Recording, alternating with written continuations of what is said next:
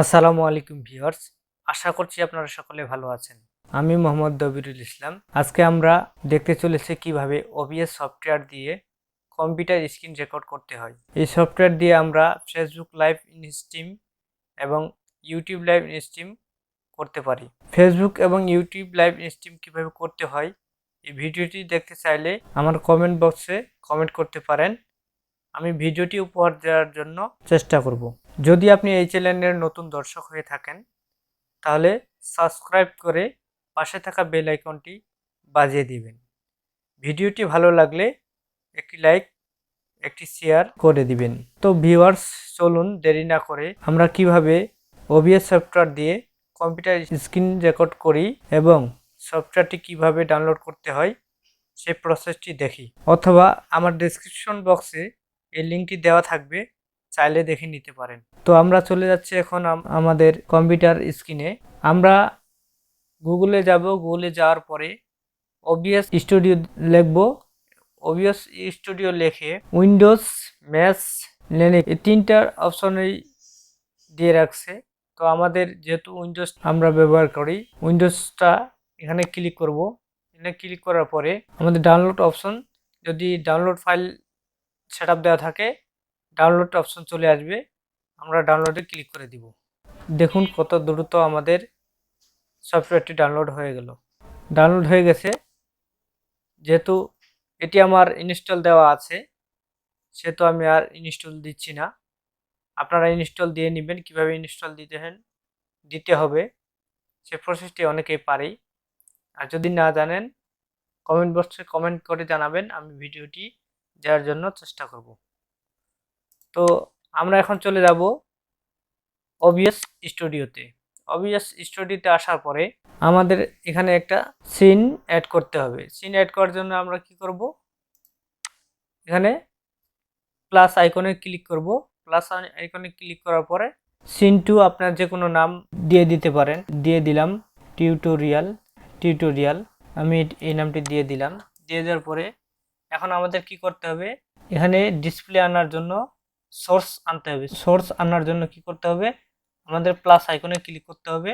যদি আমরা পুরো ডিসপ্লেটাই ক্যাপচার করতে চাই তাহলে পুরো ডিসপ্লেটাই ক্যাপচার করার জন্য আমাদের ডিসপ্লে ক্যাপচার করতে হবে।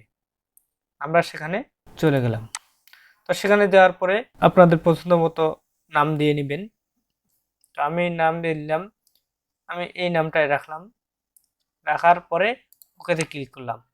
দেখতে পাচ্ছেন যে আমি মাউসটা যেদিকে ঘুরাই সেদিকে আমার স্ক্রিনের উপর মাউসটা নড়াচড়া করে। তো এখানে যে কমেন্ট দেওয়া থাকে সেগুলোই রাখবেন, কোনো পরিবর্তন করবেন না। তারপরে ওকে ক্লিক করবেন। ওকে ক্লিক করার পরে দেখুন আপনার স্ক্রিনটি সেট আপ হয়ে গেছে। এই জায়গায় দেখুন, এই যে এই পাশে স্ক্রিনটি আমার সেট আপ হয়ে গেছে। সেট আপ হওয়ার পরে এখন কি করব, আমরা অডিও সেট আপ করব। অডিও সেট আপ করার জন্য কি করব, প্লাস আইকনে যাব। প্লাস আইকনে যাওয়ার পরে অডিও ইনপুট ক্যাপচার এখানে ক্লিক করব।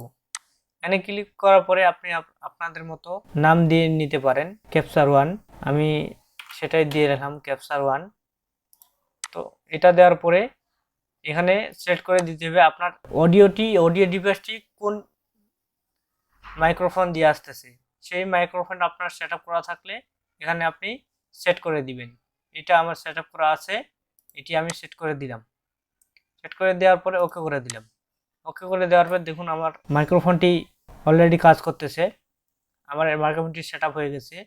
তারপরে আরও কিছু সেটিং অপশন বাকি রয়ে গেছে। সেটিং অপশন বাকি আছে যেগুলো আমরা ধাপে ধাপে সেট আপ করতেছি। তো আমরা চলে যাব প্রথমে সেটিংস অপশনে। সেটিং অপশনে আসার পরে এখানে আমাদের দেখতে হবে যে অডিওটি এবং আমার স্ক্রিন রেকর্ডটি হলো কোন অপশনে আমরা সেভ করে রাখবো। সেভ করে রাখার জন্য আমরা যাব আউটপুটে। আউটপুটে যাওয়ার পরে এখানে আমাদের দেখতে হবে যে যার কমেন্টস দেওয়া থাকে আপনারা সেই কমেন্টস অনুযায়ী করে নিতে পারবেন। লাইভ স্ট্রিম আমরা সেখানে যাচ্ছি না, আমরা স্ক্রিন রেকর্ডিং করতেছি, সেখানে আমরা স্ক্রিন রেকর্ডিংয়ে যাব। স্ক্রিন রেকর্ডিংয়ে আসার পরে আপনি স্ক্রিনটি রেকর্ড করতেছেন সেটা কোন ব্রাউজারে রাখতে চান সেটি ব্রাউজার আপনাকে এখানে সিলেক্ট করে দিতে হবে। তো আমি ডেস্কটপে রাখতে চাই, আমি ডেস্কটপে সিলেক্ট করে দিলাম, সিলেক্ট করে দিয়ে সিলেক্ট ফোল্ডারে ক্লিক করার পরে এটি আমরা যে বাই ডিফল্ট হিসেবে দেওয়া আছে সেটি থাকবে, আমি কোনো পরিবর্তন করতেছি না। তো এখন অডিও ক্যাপচার আমরা এখানে আপনাদের বাই ডিফল্ট হিসাবে আপনি পরিবর্তন করতে চান, আপনারা কোন সাইজে রাখতে পারবেন, কোন সাইজে আপনার দিলে ভালো হবে সেটি এখানে অ্যাডজাস্ট করে দিবেন।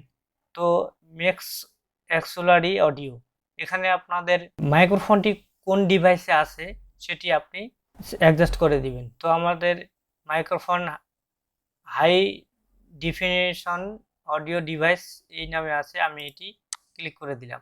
ক্লিক করে দেওয়ার পরে এখন আমাদের ওকেতে ক্লিক করে দিলাম। ওকেতে ক্লিক করার পর আমাদের স্ক্রিনটি এখন রেকর্ডিং চলতেছে 1366 বাই 768, 1920 বাই 1080, 1280 বাই 720। তো আপনার যে পছন্দ সেই অনুযায়ী করে দিতে পারেন। তো আমি 1366 বাই 1366 এইটাই রাখলাম।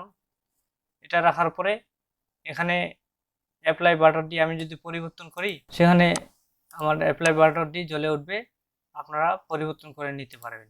তো আমি সেটা দিয়ে রাখলাম, ওকে দিয়ে। তারপরে আছে কমেন্ট FPS, সেটা আপনারা এখানে আমি প্রিপেয়ার করব 30 kbps, সেটাতে রাখবেন, তারপর ওকেতে ক্লিক করে দিবেন। তো আমার ওকে ক্লিক হয়ে গেল।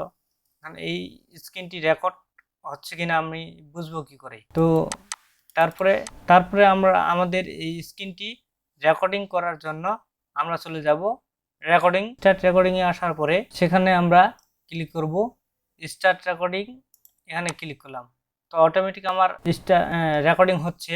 তারপর স্টপ করার জন্য আমরা এই স্টপ রেকর্ডিংয়ে ক্লিক করব।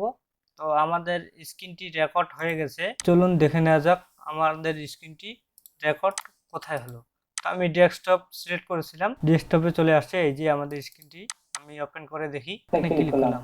তো অটোমেটিক আমার রেকর্ডিং হচ্ছে। তারপর স্টপ। তো বন্ধুরা, আজকে ছিল এই পর্যন্ত। আশা করি ভিডিওটি ভালো লাগলে একটি লাইক, একটি শেয়ার করে দিবেন। ধন্যবাদ সকলকে।